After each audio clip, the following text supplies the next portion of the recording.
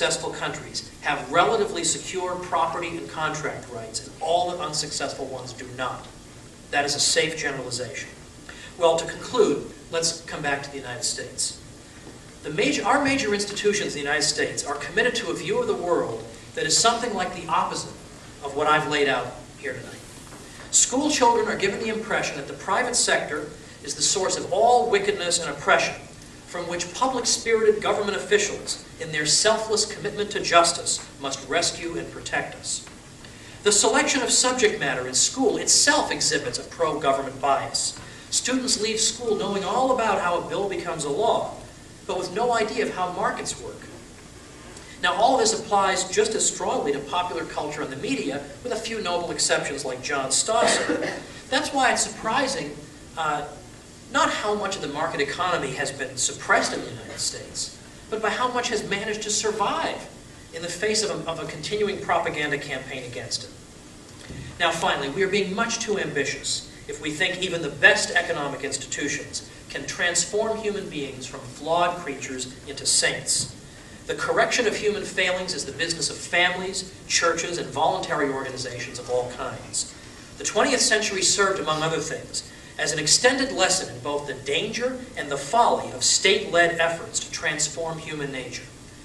We can be more than satisfied if our economic system is content to take human beings as they are, direct their energies into productive rather than antisocial outlets, and reward them for satisfying the needs of their fellow men.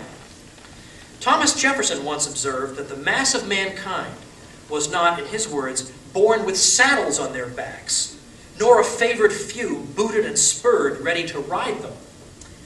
Well, that is what the free economy is all about. Anyone is free to serve the public in the manner he thinks best, and no one, not even those who have been most successful in the past, can claim exemption from the daily referenda that take place whenever the public decides to buy or abstain from buying what he has to sell.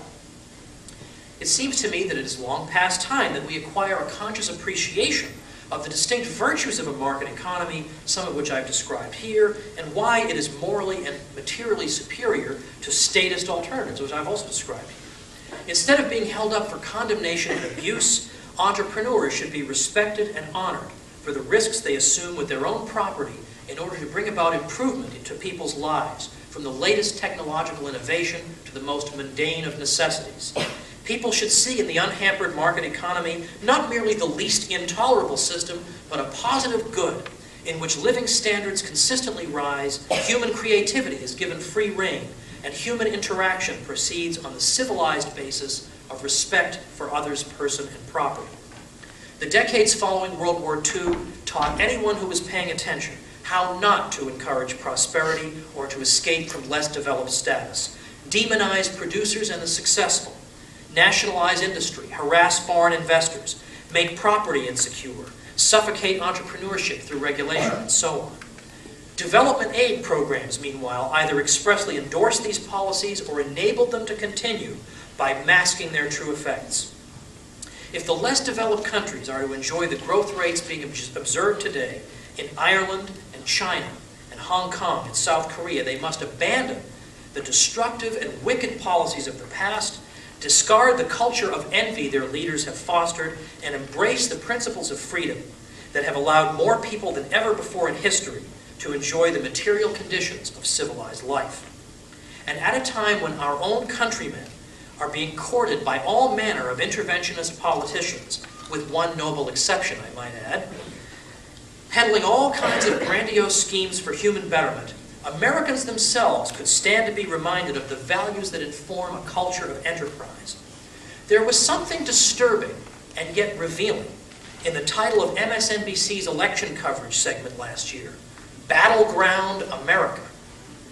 Every 2 years, but especially every 4, the country becomes in effect a battleground between opposing forces in which the winner acquires the power to take the country to war unilaterally, to impose a uniform social policy on 280 million Americans, and to implement all manner of policies on his own authority by means of executive orders and signing statements. Americans typically take for granted that this is normal, and indeed how life must be.